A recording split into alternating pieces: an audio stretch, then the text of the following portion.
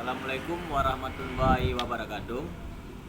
Nama saya Rifki Ona. Baik, hari ini kita akan mempresentasikan yaitu tentang mata kuliah studi kelayakan bisnis. Yang mana studi kelayakan bisnis itu sudah terkenal sangat luas oleh masyarakat. Dan yang diartikan dengan studi kelayakan bisnis adalah masyarakat, terutama masyarakat yang bergerak dalam bidang dunia usaha dan berbisnis. Berarti bisnis ini sudah terkenal di kalangan masyarakat maupun di usaha maupun di tempat-tempat yang lain. Bagi kita masyarakat semua yang sudah terjun ke dunia bisnis.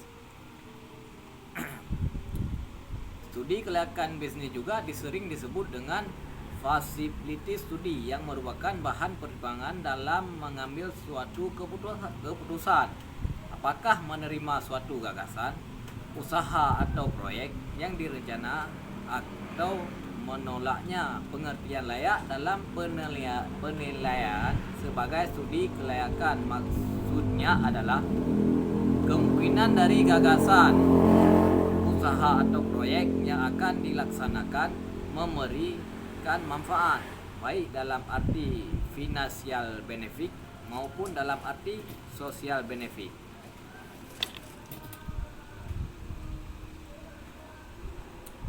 Dan ada juga kita semua masyarakat yang luas ini, saya rasa tidak ada yang tidak berbisnis lagi.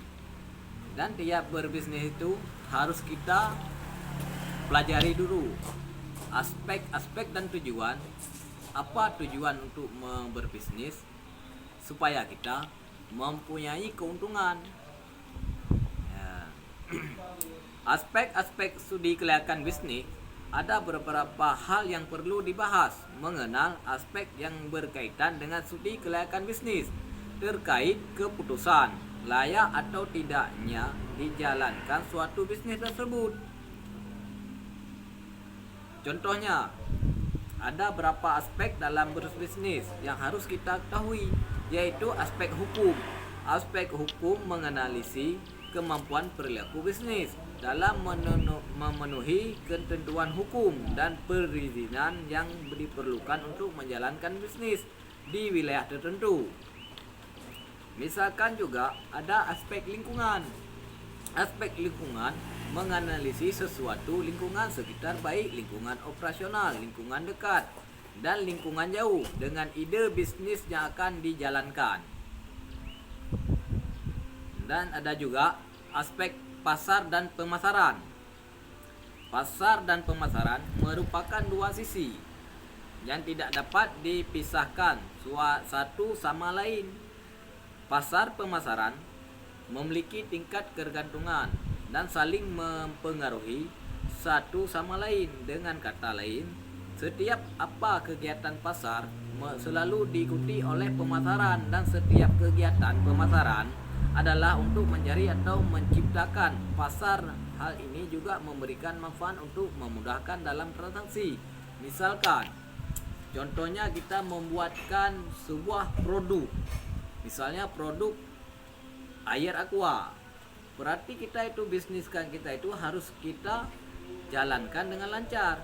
Contohnya, kita harus lihat dulu ke lapangan, bagaimana, apakah produk yang kita buat ini ada orang yang mau. Misalkan kita produk air mineral, air aqua, kita harus pasar dulu, harus kita gajikan dulu berapakah orang yang menggunakan air aqua itu, biar kita bisa menjalankan bisnis dalam memproduksikan air aqua.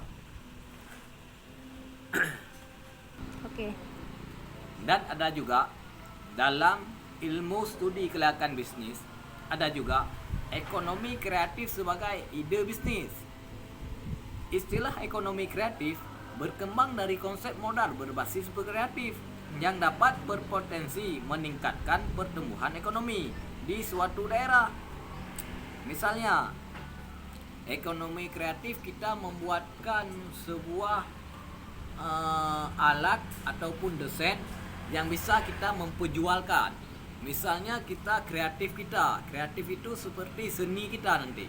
Kita buat sebuah misalnya lampu, kita masuk ke dalam bambu yang bisa kita pasar untuk dibelikan oleh orang lain, oleh masyarakat.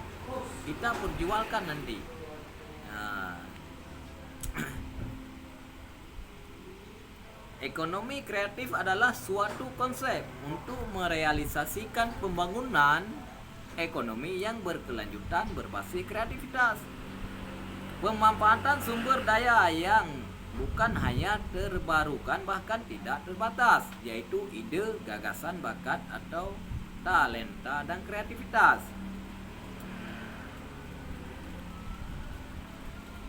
Kreativitas ada berapa hal, yaitu inovasi suatu transformasi dan dari ide atau gagasan dengan dasar kreativitas dengan memanfaatkan penemuan yang sudah ada untuk menghasilkan suatu produk ataupun proses yang lebih baik, bernilai tambah dan bermanfaatan. Penemuan.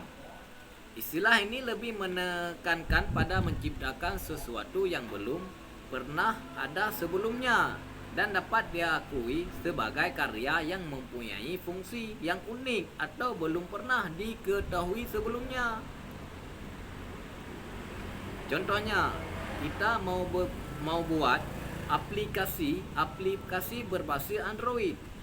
iOS juga yang menjadi salah satu contoh penemuan yang berbisnis teknologi dan informasi yang sangat memudahkan manusia dalam melakukan kegiatan sehari-hari. Contohnya kita membuatkan sebuah aplikasi Grab untuk kita menjalankan sebuah bisnis kita untuk mempermudahkan transportasi ke mana kita, misalkan kita mau ke tempat mall. Dengan ada kita yang berbisnis di aplikasi Grab itu kan sudah mudah untuk memperjalankan bisnis kita. Semua orang bisa berbisnis di sebuah aplikasi yang sudah kita buatkan.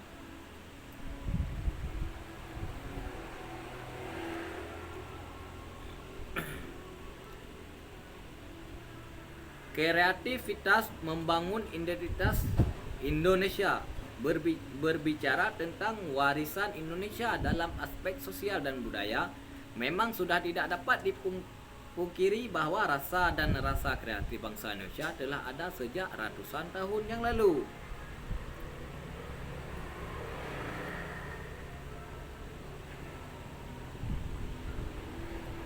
Dan ada juga kelayakan bisnis. Dalam studi kelayakan bisnis ada juga aspek-aspek hukum yang harus kita ketahui.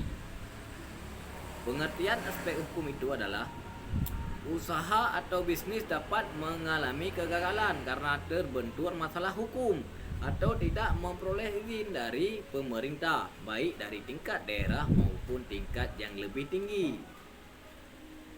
Dan ada juga tujuan. Apa tujuan analisis aspek hukum? Analisis aspek hukum dilakukan dengan tujuan menjawab pertanyaan apabila bisnis yang akan dijalankan dapat memenuhi ketentuan hukum dan perizinan di suatu wilayah. Jenis-jenis badan usaha. Ada juga beberapa jenis badan usaha. Kegiatan bisnis tidak dapat dilepaskan dari bentuk badan usaha dan perizinan yang diperlukan untuk menjalankan usaha. Bentuk badan usaha yang dipilih tergantung pada modal yang dibutuhkan dan jumlah pemilik. Ya, maksudnya kita ini ada juga kita mau membuatkan sebuah usaha. Tujuannya apa yang ingin kita produksi dan berapa yang kita butuhkan karyawan di suatu perusahaan, dan tergantung juga usaha apa yang kita buat, yang kita jalankan, dan tergantung juga berapa modal yang kita harus kita taruhkan kepada sebuah usaha yang kita jalankan itu. Ada juga usaha yang terdiri dari usaha perseorangan. Usaha perseorangan merupakan salah satu bentuk usaha yang dimiliki oleh seorang dan ia bertanggung jawab sepenuhnya terhadap semua resiko dan kegiatan perusahaan. Kalau yang dimaksud dengan perusahaan seorangan berarti itu perusahaan pribadi. tanpa mencampurkan dengan banyak orang yang kita terlibatkan dalam perusahaan kita.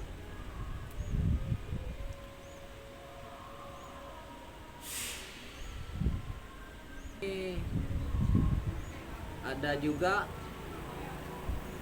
usaha yang harus kita yang kita bekerja sama. Misalnya kita membuat usaha itu ada nanti seperti dukungan dari CV, ada juga dari PT ya. Misalnya kita mau buat usaha itu kan harus ada kita buat CV maupun PT nanti. Ya. Dan ada juga yang tergolong kepada ilmu studi kelayakan bisnis itu. Ada juga aspek-aspek lingkungan yang diartikan dalam aspek lingkungan suatu ide bisnis dinyatakan layak berdasarkan aspek lingkungan. Jika kondisi lingkungan sesuai dengan kebutuhan ide bisnis dan ide bisnis tersebut mampu memberikan manfaat yang lebih besar dibandingkan dampak negatifnya, lingkungan perusahaan dapat dijabarkan menjadi 3 kategori, yaitu lingkungan operasional, lingkungan industri, dan lingkungan jauh.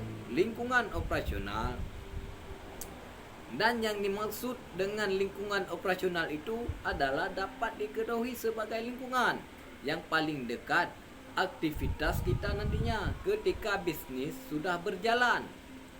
Analisis lingkungan operasional meliputi analisis lingkungan pesaing, analisis lingkungan klien, analisis lingkungan kreditor, dan analisis lingkungan pegawai. Dan ada juga lingkungan pesaing. Peta persaingan dapat kita gambarkan dari mengamati barang atau jasa yang sejenis dengan yang akan kita tawarkan ke pasar. Misalkan produk kita buat ini sebuah lampu. Lampu itu yang banyak, yang bermacam-macam mereknya dan bermacam-macam motifnya.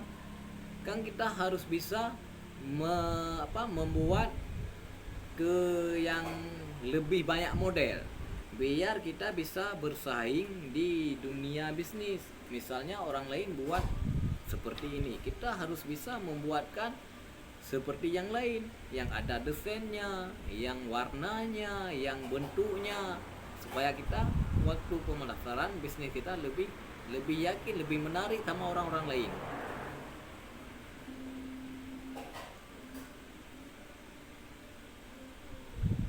Dan ada juga lingkungan pelanggan, membicarakan dan menganalisis tentang lingkungan pelanggan. Dapat dipahami bahwa usaha yang akan kita lakukan perlu diketahui dulu akan ditawarkan kepada siapa saja, sehingga nantinya ketika usaha kita sudah berjalan tidak muncul kebingungan untuk menjualkan produk, barang ataupun jasa yang sudah kita buat.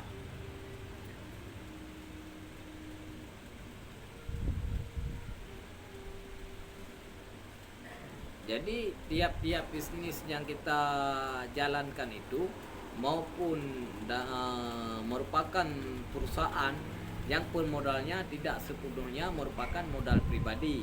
Ada seperti aspek yang dibiayai dengan kredit, seperti kredit motor dan mobil yang digunakan sebagai pendukung dalam melaksanakan pelatihan motivasi. Karena bermacam-macam juga yang ada bisnis itu, tergantung kepada perseorangan dan tergantung pada diri kita sendiri. Mau berbisnis di bidang apa? Misalnya kita berbisnis di bidang kuliner, maupun kita berbisnis di bidang industri. Misalnya kita produksi, kita buka sebuah PT. Misalnya kita produksi, seperti saya bilang tadi, memproduksikan air mineral untuk kita pasarkan di yang kalangan yang paling luas. Berarti hanya ini yang bisa saya sampaikan. Lebih dan kurang saya minta maaf. Assalamualaikum warahmatullahi wabarakatuh.